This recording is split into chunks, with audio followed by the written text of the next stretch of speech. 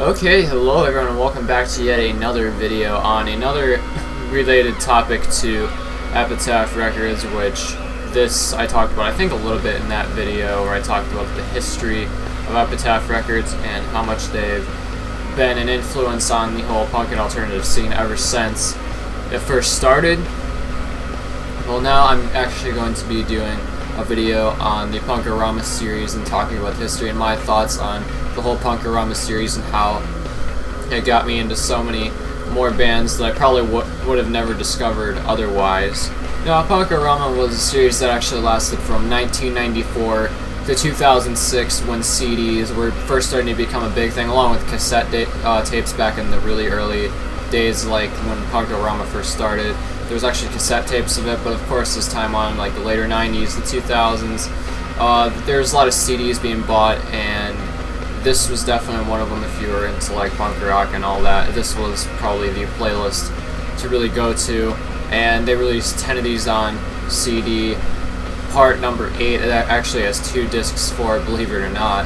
And of course in 1994 there was bands like The Offspring, Pennywise, TSOL, and a lot of the other older bands that were in the scene back then in like the 90s and the whole skate punk era and all that. It was a little bit of hardcore, of course, mixed in with that as well.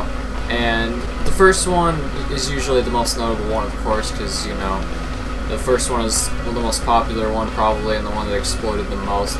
And it's probably one of my favorites too, actually, along with number 6.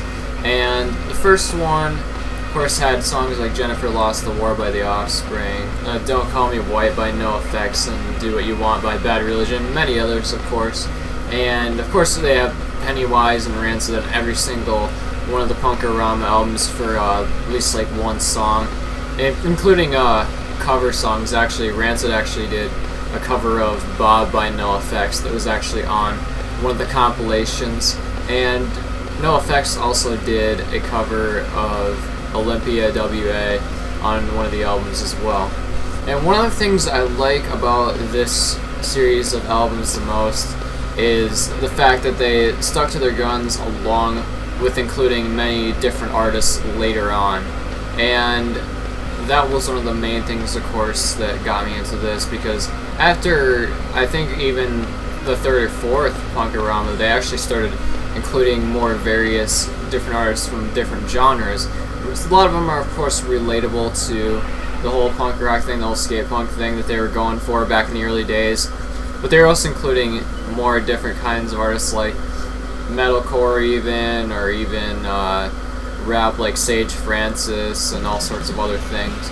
So they were signed to Epitaph, Anti-Records, and a few other sister labels to Epitaph Records, which I definitely really did enjoy that they kind of mixed things up a little bit in the future and gave it more of a variety, of course. You know, the later ones, of course, had a longer time on the record. That usually a lot of them were like around almost 1 hour for some of the later ones. And of course, like I said, Punk-O-Rama 8 actually has 2 discs for it.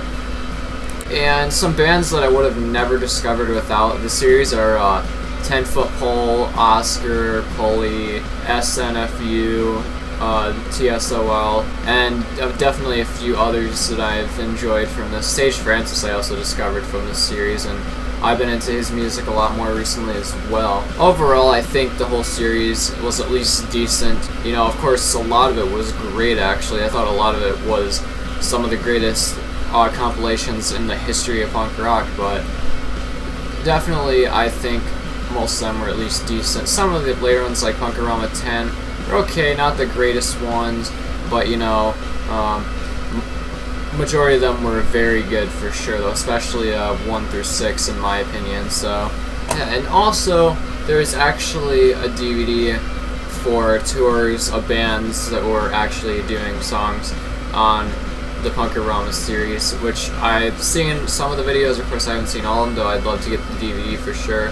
I actually have a poster for it on my wall, but I don't have the DVD, though I'd love to find it somewhere and, you know, watch it, because it definitely would be cool to see some of the tours of the bands that were doing songs for these albums, because these bands turned out to actually be some of my favorite bands of all time, so that definitely would be interesting to see. I'll probably check Amazon for that if you guys know of a place that I can get it for like a pretty decent price, then let me know. But yeah, I definitely am a big fan of the Punk-O-Rama series and always have been. So yeah, that'll be it for this video. If you guys want me to review more compilations or more albums or whatever, let me know what albums you want me to review in the comments, and I will see you guys later. Peace.